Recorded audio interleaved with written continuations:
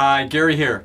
Back in 1966, a fellow named Timothy Leary came up with a saying, was turn on, tune in, and drop out. And this was all against the current authority.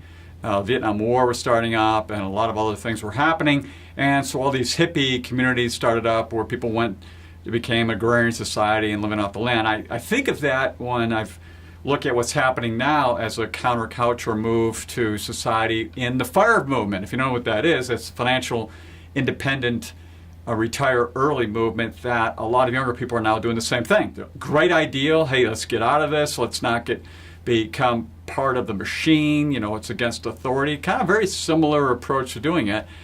And the caution here is that what happened to a lot of those hippies is they end up becoming doctors and lawyers, and they're part of the authority that they're running away from. Not saying that's going to happen with anybody who's looking at the FIRE movement per se, but the important point was what they found out was they couldn't do things like pay for education for their children or live a life that wasn't completely so frugal and so difficult relative to what was available to them that it made it hard just to live as they got older.